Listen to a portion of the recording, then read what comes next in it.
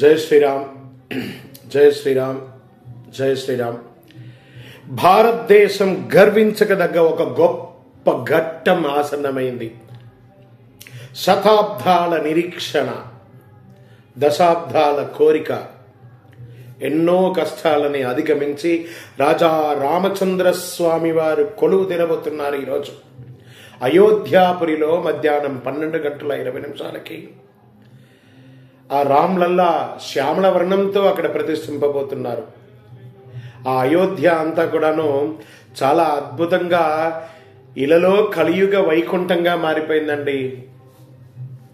ఈరోజు ఉదయం నేను మా ఇంటి నుంచి ఆఫీస్కి వస్తూ ఉండగా ఎక్కడ చూసినా రామమయం, ఎక్కడ చూసినా కాషాయ జెండా, జై శ్రీరామ్ నినాదంతో అలా ఇది కదా రామరాజ్యాన్ని మనం ఎదురు చూసాం. అలాంటి పర్వదినం వచ్చేసింది.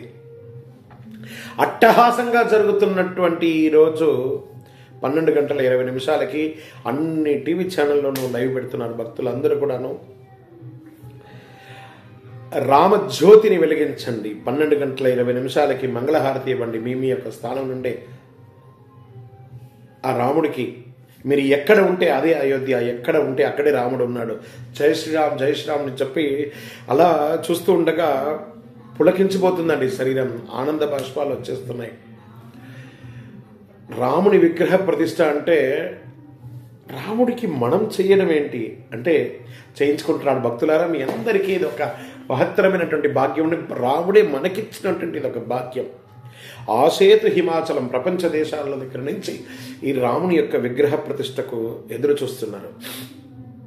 రాముడు వచ్చి కూర్చున్నాడంటే రాజ్యం స్టార్ట్ అయినట్టే, రామరాజ్యం స్టార్ట్ అయినట్టే. ఇక మీద మన భారతదేశానికి ప్రపంచ దేశంలో అగ్రరాజ్యంగా ఉండబోతుందండి. అందరూ కూడాను జై శ్రీరామ్, జై శ్రీరామ్ చెప్పుకుంటూ ఆనందంగా ఉండండి. ఇంటిలో మామిడాకులు కట్టండి, వడపప్పు పానకం పెట్టండి, పులిహోర పెట్టండి, ఆ రామనామస్మరణతో మారుమోగించండి. ప్రపంచమంతా కూడా వెలిగిపోవాలి. అందరూ కూడా ఆనందంతో ఉండాలని మనస్ఫూర్తిగా అందరినీ ప్రార్థిస్తున్నాము.